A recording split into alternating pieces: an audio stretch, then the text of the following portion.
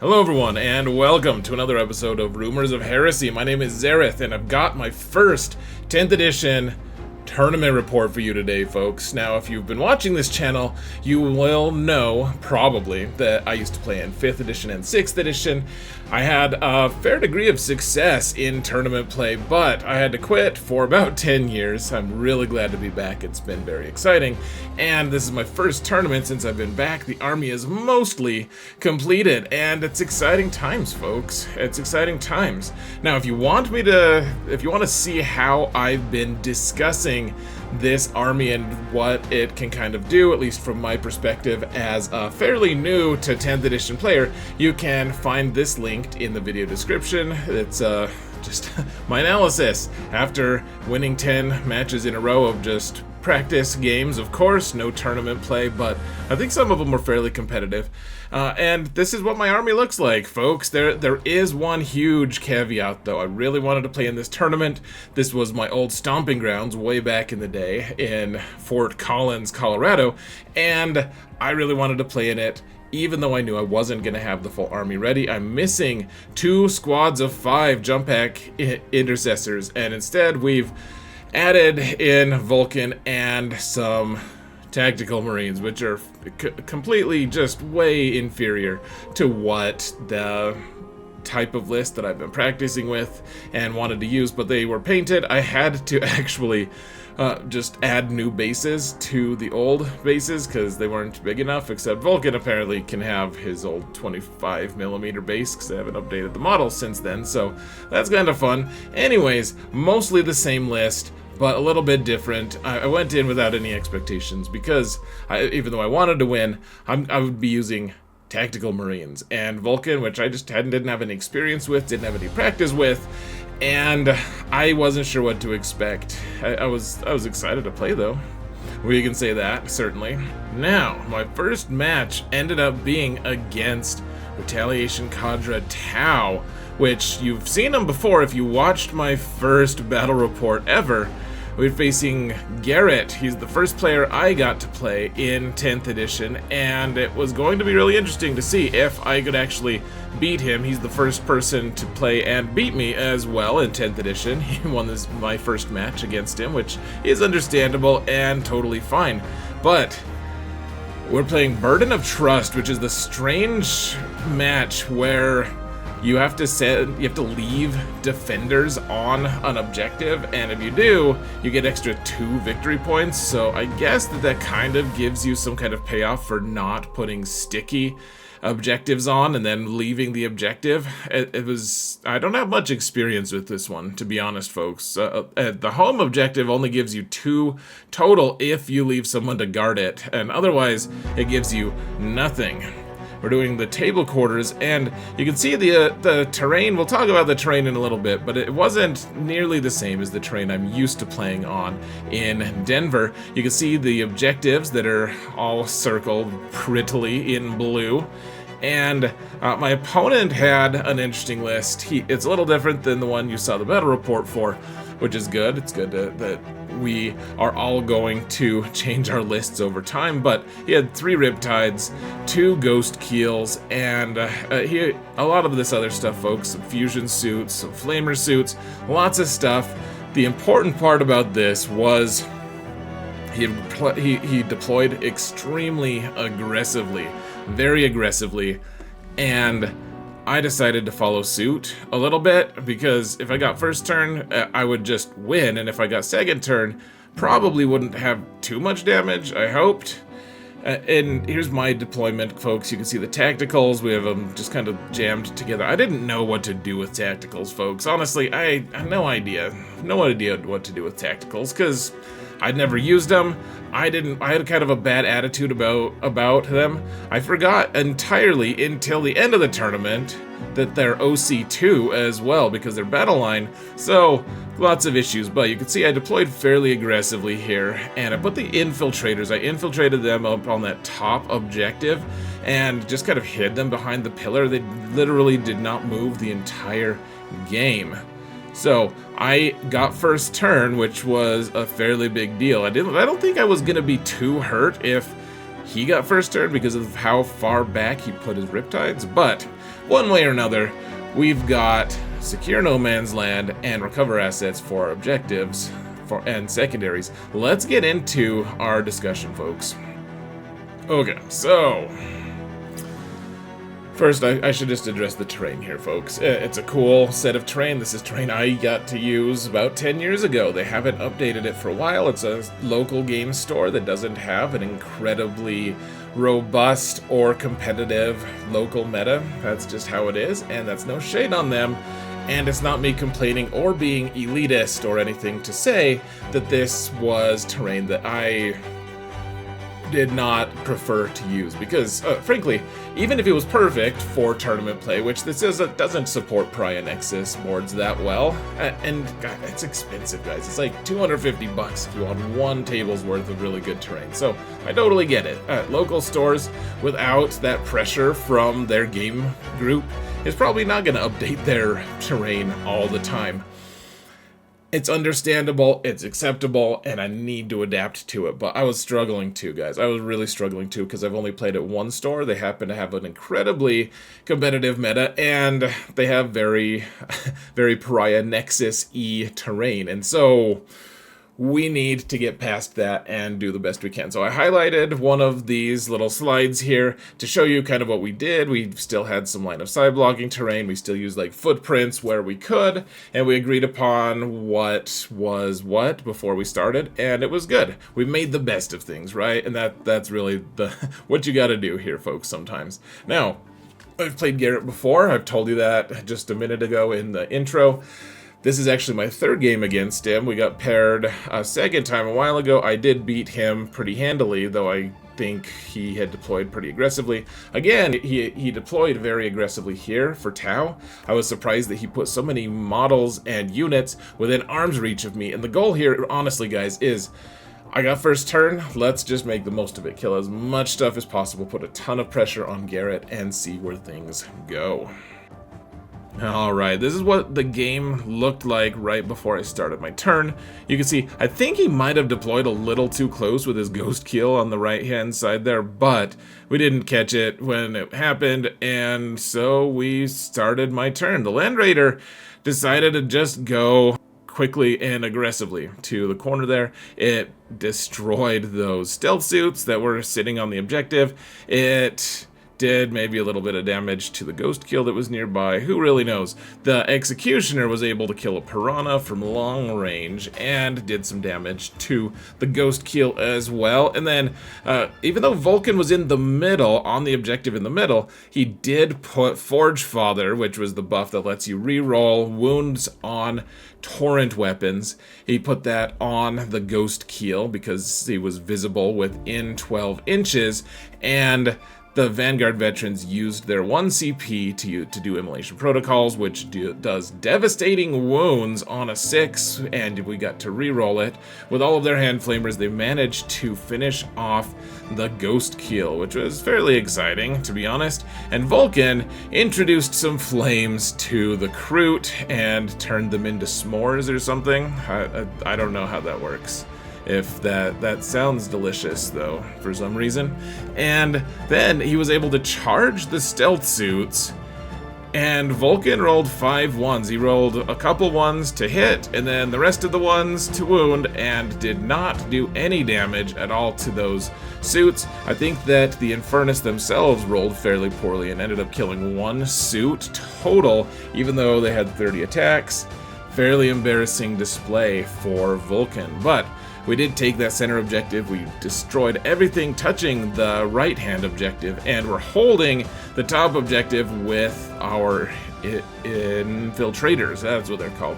And, oh yeah, the jump intercessors also shot the piranha that was nearby and was able to blow it up with their plasma pistols and other pistols, and that was cool of them. And then they charged the ghost kill and did most of the wounds to it. Not all of them, but we killed 2 piranhas and a ghost kill and a squad of Kroot and a squad of stealth suits, and almost killed another squad of stealth suits if Vulkan hadn't been so awful at his job.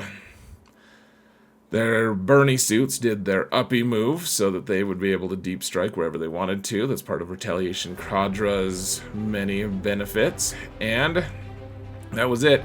I ended up scoring 5 out of 5 on Secure No Man's Land, and Recover Assets, I got 3 out of 6, which is, I think, about as many as was possible on turn 1, for a total of 8 points. Not too bad of a start at all. In fact, really strong. My opponent got Sabotage and Containment, which are pretty good to start the game off, of course.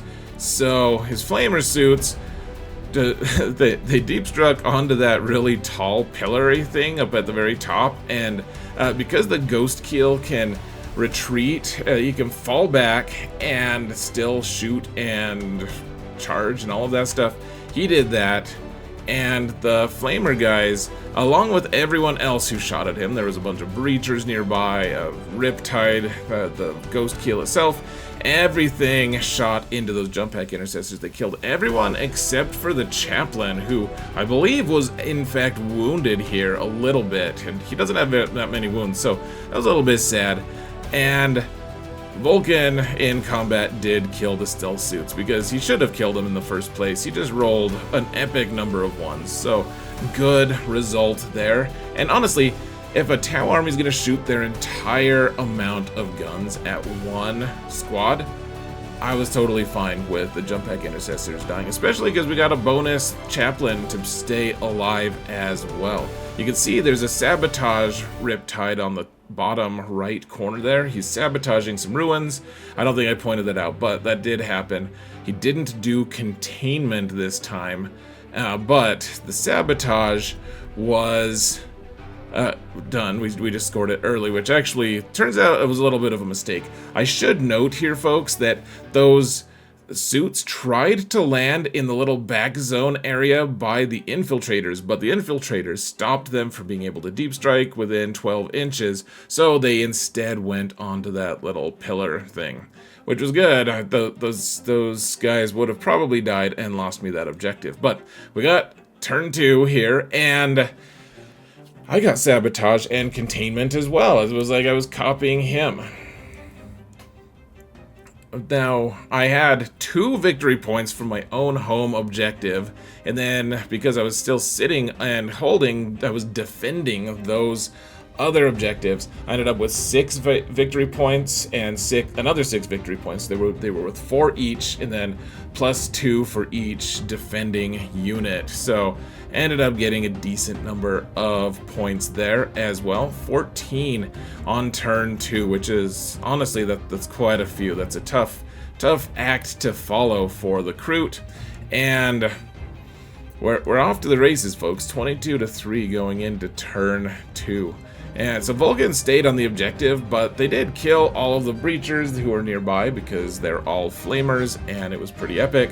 The Repulsor Executioner managed to kill 2 of the suits that were up top, and he did try to do some damage to a Riptide nearby. The Riptide said, "I will pass all my invulnerable saves," and sadly, he survived with no wounds, because double invulnerable saves is something people regularly do against the Repulsor Executioner. Why wouldn't they do it this time? And so the Chaplain managed to charge the wounded Ghost Keel. This is a really epic sequence, folks. He killed the Ghost Keel. The Ghost Keel exploded. It killed the Chaplain and the final suit up top. It was a really cool sequence. I don't think that you could script something better. So yeah, killed my Chaplain off, but it did end up killing the final Ghost Keel.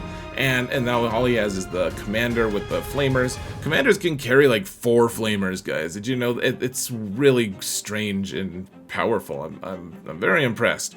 The Land Raider moved up, disembarked Adrax and friends, and they managed to charge that Ghost, or the Riptide up top that was sabotaging, and they actually just killed it. So we probably shouldn't let him score those 3, but honestly I wasn't too worried about it at this point. Like, we killed the Riptide. We've killed so much stuff, actually. Already we've wiped out most of my opponent's army, and it's only the top of 2 where we've still got a ways to go in this game. The Infiltrators did containment, Eradicators did containment, and the Van Vets just hung out and did sabotage on a building outside of my deployment zone. So we're doing pretty good. The Erads were declared as out, but we both forgot to have me take them out. That's a blunder on my end, though we both blundered quite a few times. So we were kind of just more understanding of each other, and I ended up scoring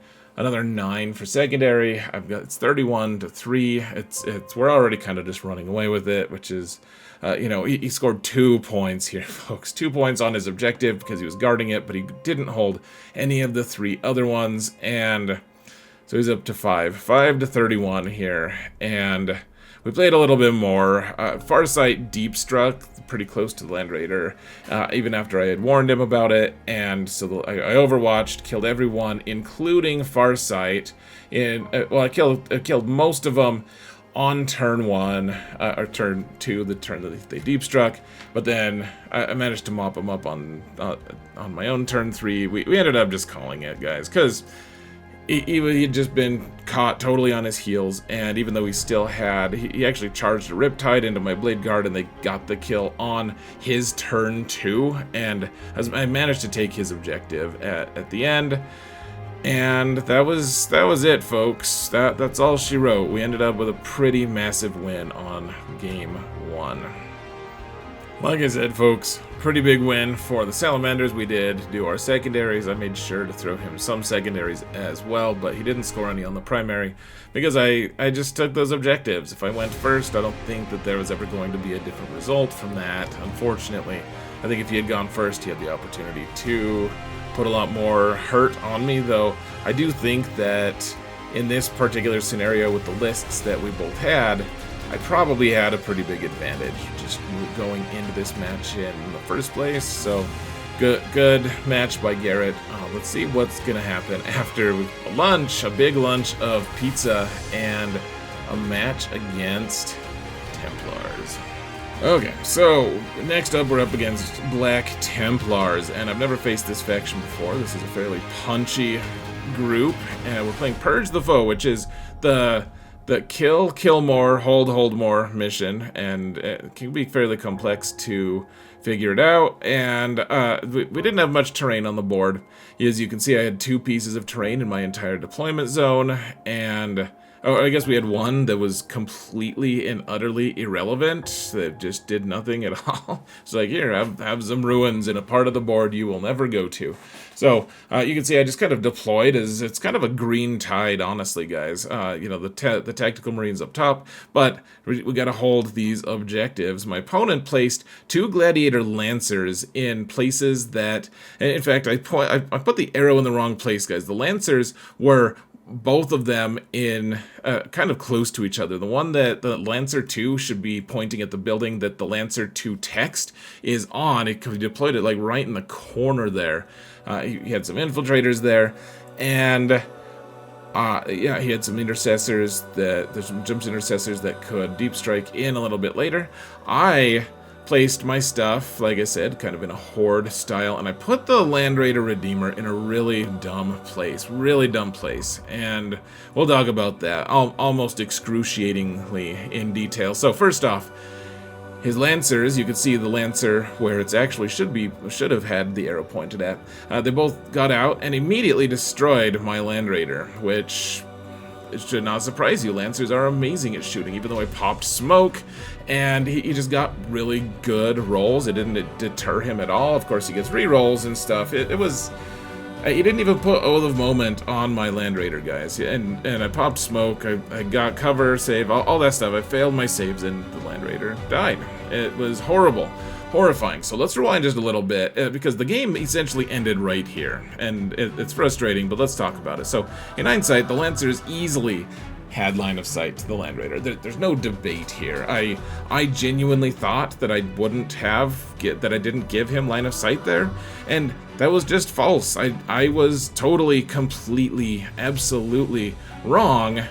And there was no reason for the Land Raider to be there. It was just very frustrating. So the terrain was not ideal. I really wanted to, in the moment, you know, you want to just blame everything else but yourself for the fail, and that's what I wanted to do here. I really just wanted to blame everything but me. He got lucky. I got bad terrain with my opponent was using witchcraft. I don't know. I just wanted to blame. Of course, that's what we want to do. And even as I recognized, okay, we need to find a way to pull this out. However, the terrain wasn't the issue, guys. I just made this huge, stupid mistake. The Land Raider Redeemer should not have been there. There's no reason it should have been. I placed the repulsor in the only place that could hide a tank, really, on my board, but it could hide the tank. No one would have line of sight to that repulsor, and I could have just put the Land Raider there. Now, I placed the repulsor there first, and then I realized, oh, I don't have anywhere to put the Land Raider. So that's one of the issues. I could have placed the Land Raider back where my face is. Here, let's turn the face off for a sec. I could have put it back here, and at least it wouldn't have been targeted and shot off the board on turn 1, right? Like, that would have been a safe place to put it. Even if it was a little bit out of position, it would have been a little bit better at least. Or I could have just put the Repulsor Executioner back there, because all it needs to do is have long-range shots, and it would have worked just fine. And then we could have put the Land Raider right there, and he would have been able to access either objective on the top there, and maybe he would have gotten shot eventually, but we wouldn't have been in a situation where I just got deleted first turn and took myself completely out of the game. So one thing I will say, and this isn't an excuse, this is just a factor that played into it. I was very sleepy going into this match, and I really think that played a huge part of my decision making. I had just eaten a bunch of pizza, and what happens when you eat a lot of pizza is, at least to me, I just kind of get lethargic. My body's like, here, I need a little bit of time to work my way through this nonsense that you've just ingested. And so, of course, but that's an element to tournament play that I need to get used to. I forgot, like, I used to just bring little packets of sunflower seeds, and that would be the only thing I ate the whole day, just lots of protein the whole day, and then you load carbs the night before so that you have energy for the next day if you're going to go to a multi-day tournament. And so I had forgotten about this, and I got destroyed because of it, at least in part. So that's an element, and I made the huge mistake. And then I did the Gamorrean Guard thing, where Jabba, of course, throws Luke into the Rancor pit. A Gamorrean Guard inadvertently falls in there, and instead of the Gamorrean Guard trying to work together with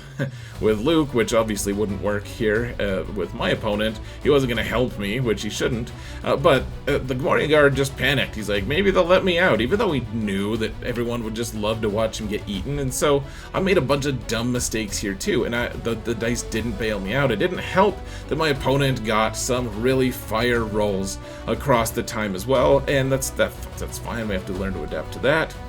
But I was very on tilt, and I did not play super well here. So I'll show you the rest of the pictures here, folks.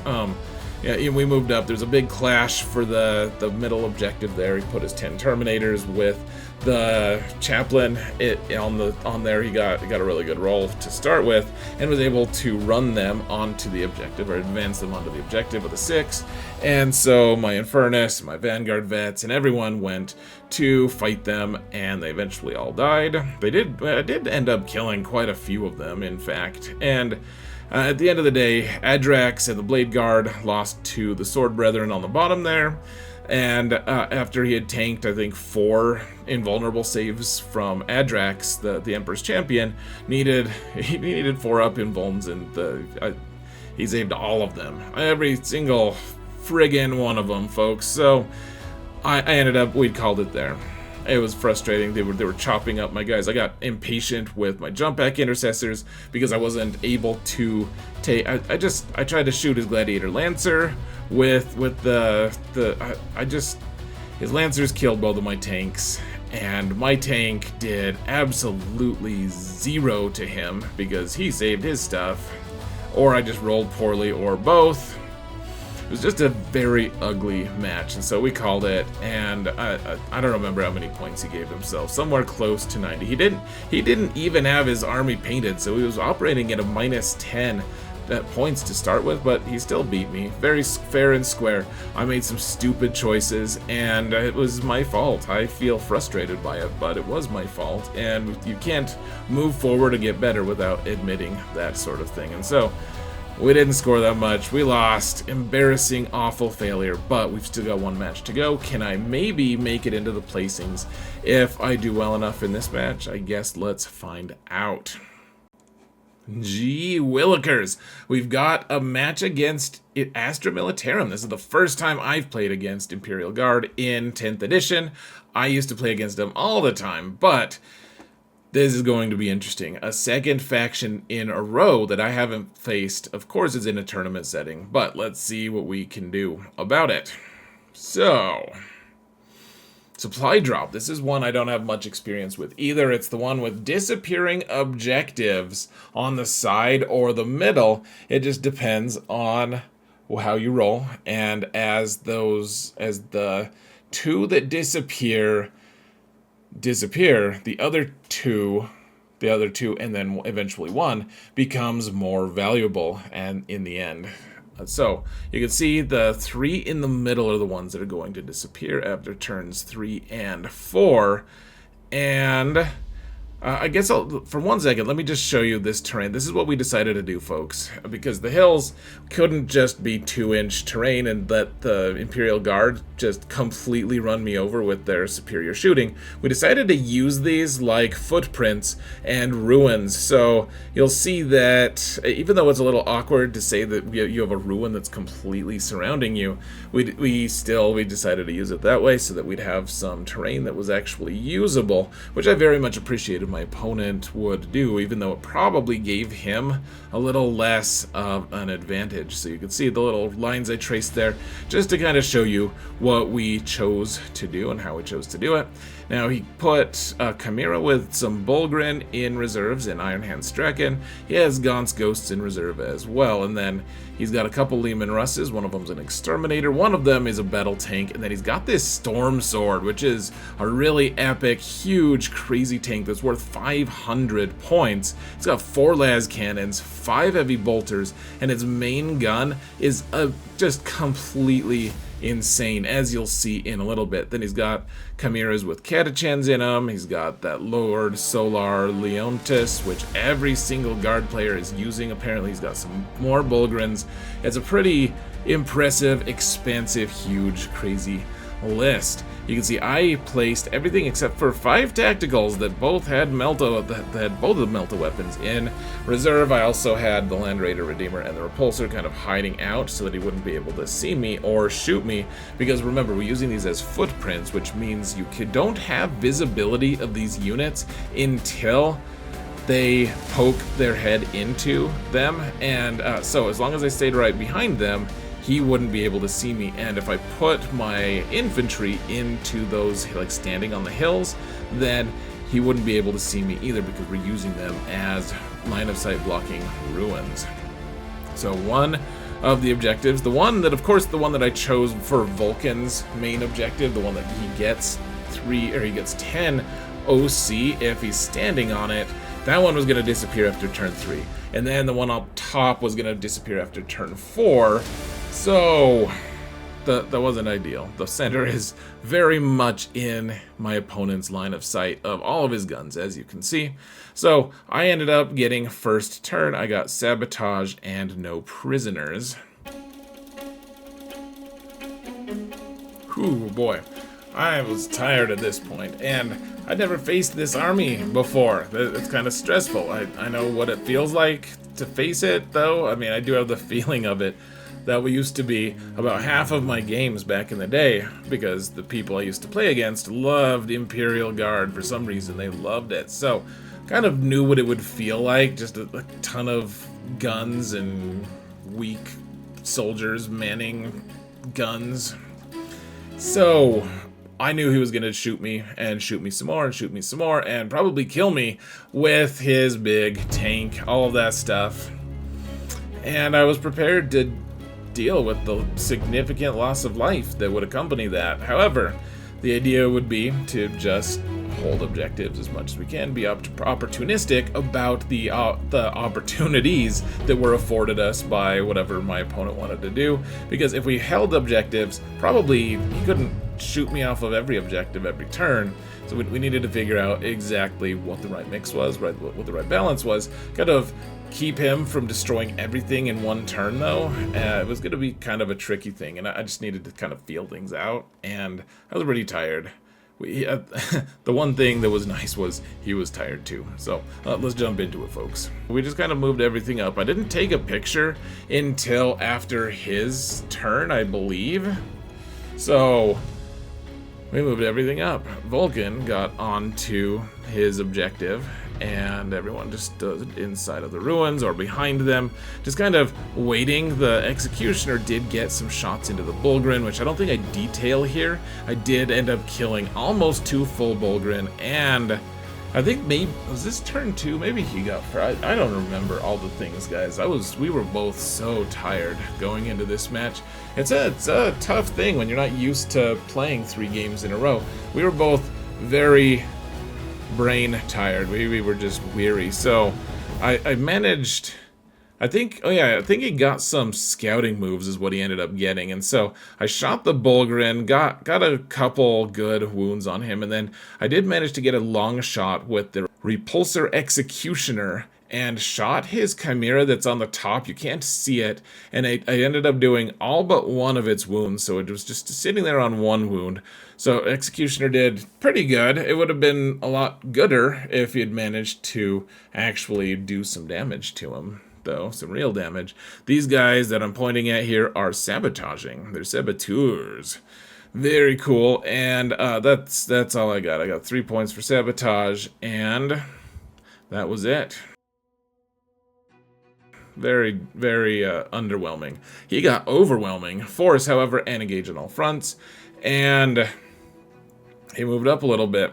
He didn't want to get in range of all my jumpers, of course, though he was threatening my objective pretty nicely. And this isn't actually the end of his movement, I don't think, because I think the Boltgun ended up on that hill that they're right behind here. So I think this isn't the perfect, I think I took a picture like in the middle of his movement phase or something like that. So the Catachans got out, they shot the tactical squad, the Chimera shot the tactical squad, the threatening the objective, and I think they killed 1.5 guys, something like that. And then this was a really interesting chain of things, because I made him spell out everything for me, because I didn't know how it would work. So he did Fields of Fire, which cost him 2 CP, and I just had the Chimera shoot at me. But after that, everything else that shot at that Repulsor Executioner was going to have an additional AP to all of their weapons. Then he had the Leman Russ Exterminator shoot at it, which they have a special rule that every tank after it would also get another armor pen roll on it, or another armor pen on it. So it would be -2 to his armor from all subsequent shooting. And then the Storm Sword, which had just kind of backed up and gotten the line of sight to my Executioner, just deleted the stupid thing. It was so laughable how easily he deleted it. I don't think he even needed all that extra armor pen, but this just kind of sealed the deal. It was an insane display of force. He did like 30-something wounds to it. It's a 16-wound model. It's fairly beefy. I mean, it's tough 12. It's tough to kill, but this thing just, he didn't get to shoot his las cannons, folks. He has 4 las cannons, and he was going to shoot them at this tank, and he didn't even have to. The tank was destroyed easily by just its main cannon. Just completely amazing, awe-striking, awesome display of power. So he definitely earned the corpse on this video. Dear Lord, what an impressive display. That tank is ridiculous, folks. So then his Leman Russ battle tank shot at the Infernus, And I used Armor of Contempt to keep them from all dying. That some of them did, not too much damage, but I didn't have to take a Battle Shock test or anything, I don't believe. He did get engaged on all fronts, and he killed the Executioner, which I hadn't intended to put him on the objective, but apparently I did. And so he got overwhelming force on me. That's something I need to clean up a little bit. So he was ahead of me going into turn 1. I ended up getting Containment and Extend Battle Lines, and those are both really nice passive goals that we can set, and I ended up scoring 5 on my primary, so good for me. The Land Raider Redeemer moved up, and we needed to take this. We needed to take this objective. He had put his Leman Russ Executioner on this objective here, and so we got the Eradicators out. They blew up the Chimera, and then the Vanguard vets who had jumped up because they wanted to charge a Chimera, they ended up just flamering the Catachans who were inside. They all died right before the Vanguard vets were able to charge. And let's see, the Tactical Marines up top, they came in from reserves and shot the Chimera, hit it 3 times, and failed to wound with its multi-meltas all 3 times. I even command re-rolled it, still failed it, even though, so frustrating, folks, so frustrating. Only one hit point left on the stupid thing. Only 1 wound, and it just wouldn't die. Wouldn't freaking die. So he also did Rapid Ingress with his Straken Bolgren tank over there, and so the Jump Intercessors jumped in and chopped 3 of the Bolgren into little pieces, and they don't have many wounds left. Lots of high volume attacks on those Bolgren are gonna take them out usually, I believe. You can see the Infernus over there hanging out with Vulkan. The Van Vets charged the Chimera and did all but 1 wound, which was another display of fairly poor rolling here, folks. Not good dice at all, but it happens. It happens. So we did Containment with the Tactical Marines up top and the Infernus on the bottom, and that was it. We got Extend Battle Lines, we got Containment, good secondaries turn for me, and we're into 19 to 7, not too bad. He got behind enemy lines, which is actually great for the things that he has. He has some stuff that'll get him back there. And then Containment as well. Containment is something really easy for guard, usually. And so he did all the same things, guys. He used his... I think he had enough CP for this, because remember, Lord Solar is always giving him an extra CP. So he used another one to kill my Land Raider, essentially. He had a bunch of different things shooting at it, and it had... it was like 28 more wounds on it or something. He, again, did not have to shoot his las cannons into my tank. He killed it with wounds to spare. The thing is so insane, guys. It's just really crazy. I'm very impressed. The Leman Russ did manage to delete all of the Infernus this time, because I didn't use Armor of Contempt for them. But Vulkan survived, so good for you, Vulkan. You're good to go. And that objective is about to disappear anyways. And the Chimera died, finally. The Bolgrens finally died. And so we had a couple big jump units that were ready to just kind of get into his back line if we wanted to.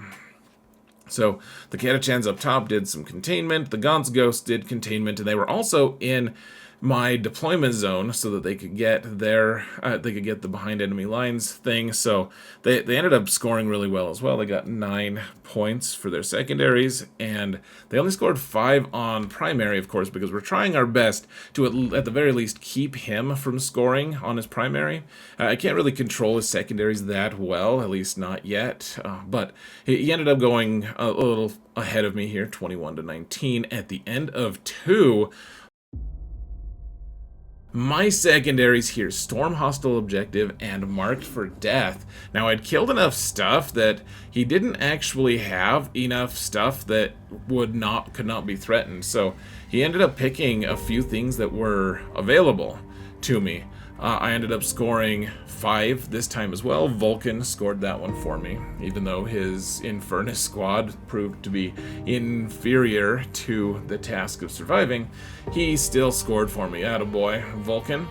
And so the Blade Guards and the E-Reds did manage to kill that Russ up there. I thought that I killed it last turn. Oh, I think it was a Chimera that we killed, actually. So it was something, folks. Yeah, it was a Chimera. So, anyways, we managed to do that. We advanced up, or we moved up and took that objective. And the Vanguard vets, they could have actually charged and attacked that Lord Solar dude, but ended up not. They decided not to, because that wouldn't have helped us score. And instead, I needed to clear up that zone if at all possible. So we ended up moving up. Remember those guys who were containing things? They managed to use flamers to disintegrate that squad. The Melta tacticals ended up killing the Chimera finally, and we were managed to charge that Chimera that held Straken with the Boltgun as well, so kind of got that side a little more under control at least. And he had chosen this Leman Russ as one of his marked for death targets. I mean, it is a tough tank. It's got a lot of toughness, as you might expect for me calling it tough, but then it's got a lot of wounds, and it's got a 2-up armor save. But the jump pack intercessors decided they wanted to take it out anyways, because they're crazy. And Vulkan, whose objective was not going to be there next time my turn showed up, he decided to go kill some Catachans. He was like, it's time, blood for the blood god, dude. Let's go.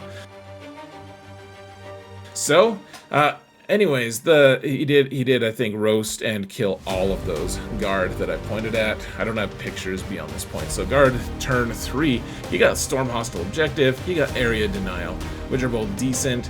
And so you can see we're using the last turn's pictures. The Blade Guard were on this objective, and his big tank shot. And I mean, you could have put all the AP and all of that stuff onto him, but he didn't, because I was just going to use invulnerable saves anyways, and I actually just shrugged a lot of his shots here because he didn't hit that part particularly well, and I managed to save a decent amount of my invulns. And it was remarkable to see how easily he destroyed a big tank with all of his different buffs and all the different stuff. And then when he wasn't all buffed and he didn't have all the stuff that was going to make him really good, then he couldn't even kill a squad of soldiers, of guys who could just sit on the objective. I think he did kill the Eradicators, though. I think he used las cannons to kill the Erad, so there was that. And at that point, he hadn't scored a primary that turn. I'd taken all of them away, and I was about to score 16 more on primary, because the one on the south was going to disappear, but then the ones in the middle would be worth 8 each this turn. And so I was going to score 16 more. We were both really tired. Like I said before, we were just completely wiped out. So we rolled our secondaries and called it a game. I ended up with an 88 here, and because I would have scored another 15 on primary as well in the next turn probably. So ended up with an 88-33, pretty nice win against an army I've never played against. Let's see, how did things end, folks? Do you know? Can you predict? Let's find out. In first place was my Black Templar's opponent. He ended up beating an Imperial Guard guy at the end, and he even, it was pretty impressive, he even took -10 on a couple of his matches. Another one of his matches, he scored more than 90, so I don't know what happened there, but I mean, I think he was a pretty clear winner, so congratulations to him. Second place was the Imperial Guard guy that he ended up beating, so that guy had a bye on match 1, and then he won his first kind of game, and then he lost his next one. So pretty good result for a guy who ended up going just kind of one-on-one for a tournament. Not too bad. And then my friend Andy, who was playing Imperial Knights, ended up, he was undefeated as well, though he got the pair down, and then he had to leave early, so he technically forfeited round 3. Otherwise, I think he would have gotten second place, technically, but he had to leave and he was just there for practice anyways, which meant I was able to sneak in with my 2-1 and get third. They gave me $60 of store credit, which is cool. Congratulations to me. I just kept them for some reason, even though I don't know when the next time I'll go to that store is. So, not too bad. Not too bad of a result. Of course, I wasn't trying. I mean, I was trying to win, but I didn't really expect to place. But that's pretty good. Third place out of 9. I mean, it's not terrible. Even fourth place out of 9. It's not terrible for the first tournament result, especially after I played so poorly in that second game. So, really happy with the result, of course. The 2 new factions that we got to play against, that's really beneficial, because now I know what it feels like to face them in a lot of ways. Even though I face some other units in there, at least I know just some of the things to expect, which is really nice. And I ended up winning one of those things. On the other hand, I don't like losing, folks. It really frustrates me, especially because I played poorly, and we've got to do better, folks. This is a really important point that I had just kind of forgotten about. Need to make sure that if I'm eating something, it's pretty light. I don't want to get sleepy during the tournament, or that'll just ruin everything for me. And if we step back for a minute, though, I mean, so I don't like losing, of course, but I did get a lot of good experience here, folks. I didn't think I was going to win anything. I had no expectations. I was going to try to win, of course. I was going to play my hardest, but we got some solid tournament experience, right? Like, that is by far the most important thing. I had to take the stupid tactical marines that I'm sure I played them very poorly. And Vulkan, I'm sure I could have used him better, but he was actually really fun. I would love to use him in another list in the future. I don't know how we squeeze him in, but that would be fun. But we got experience, and now all of our stuff is ready, folks. It's all ready. We're ready to do stuff, to go to another tournament. So the army's done. We're getting the Land Raider. We're getting a new Land Raider because that way it'll look better. Just, it's a vanity thing, because the rest of my army is painted by my painting guy, and I wanted the whole army to look very consistent with itself. And so we've got the whole tournament, we've got the whole army ready. He just sent me pictures, and actually the pictures you see are outdated. He's about to come over and bring me my final models, folks, and that'll be just in time for the next tournament, which is I'll be posting this on the day of that tournament, so you can find the links to all of these tournaments in the video description, including a link to, well, you'll just be able to see my list there. You'll also be able to see my opponent's lists if you go to those links and you have a subscription with the Best Coast Gaming, or whatever it's called, that group. And so then, in a couple weeks after that, we'll play in the Fight Club Open. So we'll have the good terrain, we'll have all of the stuff, we'll be ready, folks. It's gonna be a good time, folks. We're gonna do it. Oh, I don't know why we put that slide. That's the start of this slideshow, apparently. But third place, let's shoot for the stars, though, guys. Then the next RTT's 36 players. Hopefully, I mean, there'll be 4, in theory, there'll be 4 undefeated winners, but I would love to be one of those. Let's make that our goal, even if we're not expecting it necessarily. But not a bad result, folks. Not too bad. We'll do a little bit better. Hopefully we do better on the tournament reports as well. You guys can let me know how this ended up being, the experience of watching this. I have no idea. I actually really struggled with trying to find what format to do for this. I hope it's okay. So, guys, thank you all so much for watching. And remember that if you didn't hear it from me, it's probably heresy. Most likely. There's a great chance.